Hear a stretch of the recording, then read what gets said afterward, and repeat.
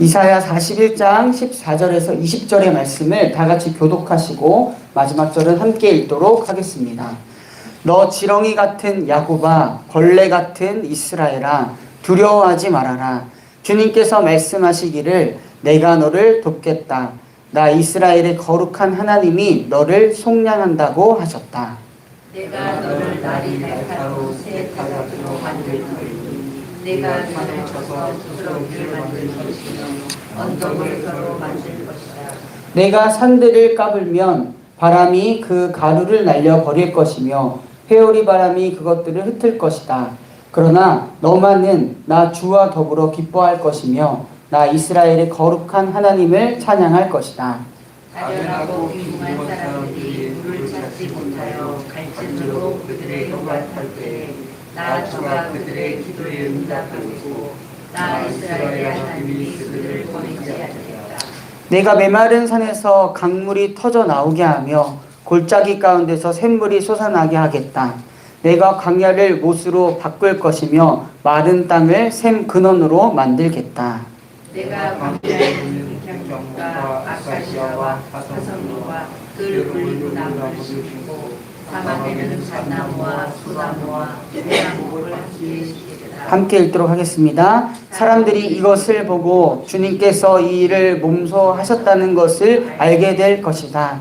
이스라엘의 거룩하신 하나님께서 이것을 창조하셨다는 것을 깨닫게 될 것이다. 아멘. 네, 오늘도 하나님께서 우리에게 주어진 하루를 이렇게 예배함으로 시작하는 정릉교회 모든 성도님들에게 주님의 은혜와 평강이 함께하기를 바랍니다. 어렸을 때 어르신들이 기도하면서 이와 같이 기도하는 자신을 표현한 것을 들어본 적이 있습니다. 이 벌레만도 못한 이 죄인을. 그 기도를 들으면서 어린 마음과 생각에 아니 그래도 너무나도 자꾸 하찮고 피하게 되는 벌레를 자신에 표현하는 것은 너무한 거 아닌가 그런 생각을 하기도 했는데요. 송창식과 함께 전설적인 남성 듀오 트윈 폴리스인 가수 윤형주 씨가 불렀던 CCM 주여 이 죄인이 중에 가사 중에서도요. 예수여 이 죄인도 용서받을 수 있나요? 벌레만도 못한 내가 용서받을 수 있나요? 이런 표현을 하셨더라고요. 이러한 표현은 하나님 앞에서 자신이 얼마나 보잘것없는 죄인인지를 고백하는 말이죠. 이러한 벌레 같은 사람이라는 표현을 자기 자신이 표현한 것이 아니라 타인에게 그렇게 취급을 당한다면 어떤 기분일까요? 시편 22편은 다윗이 쓴 노래로 기록되어 있는데요. 다윗이 수치를 당하는 상황에서 하나님께 그러한 상황을 면하게 해달라고 기도합니다. 다윗은 자신이 수치를 당하는 상황을 다음과 같이 표현을 하는데요. 제가 시편 22편 6절과 7절을 읽어드리겠습니다. 그러나 나는 사람도 아닌 벌레요. 사람들의 비방거리, 백성의 모욕거리일 뿐입니다. 나를 보는 사람은 누구나 나를 빗대어서 조롱하며 입술을 삐죽거리며 머리를 흔들며 얄밉게 빈정댑니다. 마치 사람들이 자신을 벌레 보듯 벌레를 가지고 노는 것과 같이 빈정된다라고 표현을 합니다. 그렇게 자신이 비방거리야 모욕거리가 되었다라는 표현이죠. 이스라엘 백성에게도 이러한 때가 있었습니다. 바로 바벨론의 포로 생활을 지냈던 시기였습니다. 너희들이 보호하시는 하나님이 어디 계신데 너희가 지금 그 모양 그 꼴이냐? 너희들이 지렁이와 같이 힘없이 그저 땅을 기어다니지 않느냐? 우리가 밟으면 밟히는 그런 벌레와 같지 않느냐? 이와 같이 비방과 모욕 속에서 아마 포로 생활을 하였을 것입니다. 고대 근동에서 벌레는 시체를 먹는 생물이었으며 부정한 생물이었고 경멸의 대상이었습니다. 한 주석가는 지렁이로 표현된 오늘 이스라엘 모습이 가련하고 보잘것 없을 뿐 아니라 흙을 파는 것까지 닮았을 것이라고 합니다. 바벨론의 포로로 잡혀간 이스라엘 백성들은 유프라테스강 강둑을 쌓으며 운하를 만드는 작업을 하였을 것이고 매질을 당하면서 피와 땀이 또한 흙이 묻은 모습이 아마 지렁이와 같은 모습으로 연상되었을 것이다 라고 이렇게 표현을 했습니다. 이렇게 하나님의 백성 이스라엘은 자신들을 지렁이 벌레와 같이 여기는 환경 속에서 하나님의 백성이라는 그들의 정체성이 흔들리고 있었으며 훼손되었습니다. 그리고 아마 자존감도 많이 떨어지지 않았을까 싶습니다. 인간은 누구나 자유가 억압당하고 존재가 부정당할 때 위축되고 피폐해지니까 말입니다. 그리고 하나님의 백성을 향한 비아냥거림, 모욕은요, 결국엔 하나님을 향한 것이겠죠. 하나님은 이러한 상황을 그냥 그저 두시는 분이셨을까요? 오늘 본문을 보면 그렇지 않다라는 것을 알 수가 있습니다. 너 지렁이 같은 야곱아, 벌레 같은 이스라엘아. 하나님께서는 지렁이와 같은 또한 벌레 같은 취급을 받는 하나님의 백성, 그러한 환경 속에서 결국에는 자신들이 지렁이와 같다, 벌레와 같다 취급해버리는 절망적인 그런 상황에 있는 그분의 백성을 부르시면서 말씀하십니다. 두려워하지 말아라. 이어 두려워하지 말라고 한 이유를 말씀해 주십니다. 내가 너를 돕겠다.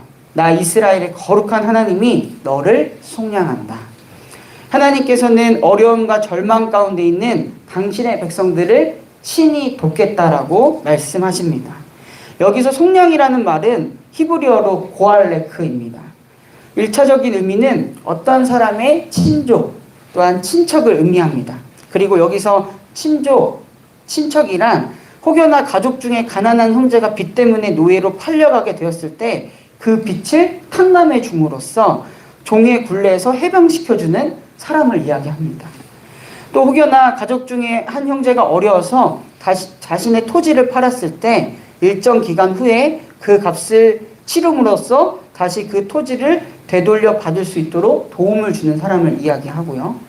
자기의 형제가 죄를 지었을 때 친족이 그 형제의 죄값을 물어주기도 하였습니다. 즉 환난과 어려움에서 벗어나게 해주는 역할을 한 것임을 알 수가 있죠. 그리고 이 모든 행동의 핵심은 가족 공동체의 존속을 위한 것이었습니다. 가족 및 혈연 공동체의 중심 사회에서 구성원들이 서로의 생명과 재산, 가문을 보호하기 위해 상호 보호 제도를 가졌던 고엘 제도가 여기서 또 파생된 단어입니다. 따라서 내가 너를 돕겠다. 나 이스라엘의 거룩한 하나님이 너를 속량한다. 이 말씀은 나 여호와 하나님은 그저 너희와 멀리 떨어져 있는 하나님이 아니라 바로 너희의 부모, 형제와 그렇게 가족과 같이 너희 곁에서 너희의 환난과 어려움을 알고 또한 외면하지 않고 해결해 주겠다라는 그런 말씀입니다. 더 나아가 이스라엘이 포로 생활로 인하여 그들의 존속이 과연 가능할까 불투명하다고 생각했을 때 하나님께서는 도우셔서 나의 백성 이스라엘이 존속하게끔 하시겠다라는 하나님의 의지, 하나님의 구원 계획이 포함되어 있음을 그 하나님의 말씀을 통해서 알 수가 있습니다. 15절과 19절은 하나님께서 가족과 같이 여기는 그분의 백성을 어떻게 도와주실 것인지 비유를 통하여 구체적으로 말씀해 주십니다. 하나님의 도우심의 내용들만 봐도 아주 가슴이 벅찹니다. 15절입니다. 내가 너를 날이 날카로운 새 타작기로 만들 터이니 내가 산을 쳐서 부스러기를 만들 것이며 언덕을 겨로 만들 것이다. 포로 생활을 하면서 산과 같이 언덕과 같이 버겁고 힘들게 여겼던 부분들을 하나님의 백성들을 통하여서 하나님께서는 부스러기와 겨와 같이 만들어 버리시겠다 하십니다. 16절을 보면요. 내가 산들을 까불면 바람이 그 가루를 날려 버릴 것이다. 회오리 바람이 그것들을 흩을 것이다. 그러나 너만은 나 주와 더불어 기뻐할 것이며 나 이스라엘의 거룩한 하나님을 찬양할 것이다. 하나님의 백성들을 힘들게 하였던 그 부스러기조차 겨조차 그냥 두지 않으시고 다 흩어버리시겠다 말씀하십니다. 없애버리시겠다 하신 것이죠. 그때 하나님의 백성은 주님과 함께 더불어 기뻐할 것이다. 하나님이 기뻐할 것이다 라고 기록되어 있습니다. 하나님의 백성들은 자신들을 힘들게 하였고 절망하게 하였던 것이 없어지니 당연히 기뻐하겠죠. 그러나 여기서 더 크게 와닿는 것은 하나님도 더불어 기뻐하시겠다라는 것입니다. 가족과 같이 마냥 내일인 마냥 말입니다. 다시 현재의 비참한 이스라엘 모습이 17절을 통해서 그려지는데요. 가련하고 빈핍한 자가 물을 구하되 물이 없어서 갈증으로 그들의 혀가 마를 때 이스라엘 포로 생활의 극심한 고난을 대변합니다. 그럴 때에도 하나님께서는 그 백성들의 기도에 대한 응답으로 다음과 같이 일하실 것을 말씀하십니다. 내가 메마른 산에서 강물이 터져 나오게 하며 골짜기 가운데서 샘물이 솟아나게 하겠다. 내가 광야를 못으로 바꿀 것이며 마른 땅을 샘 근원으로 만들겠다. 정말 하나님이시기에 가능한 일들입니다. 갈증을 해결하실 것을 약속하십니다. 샘물이 솟아날 뿐만이 아니라 그곳의 나무들이 푸르게 되는 일이 펼쳐질 것을 또한 말씀해 주시죠.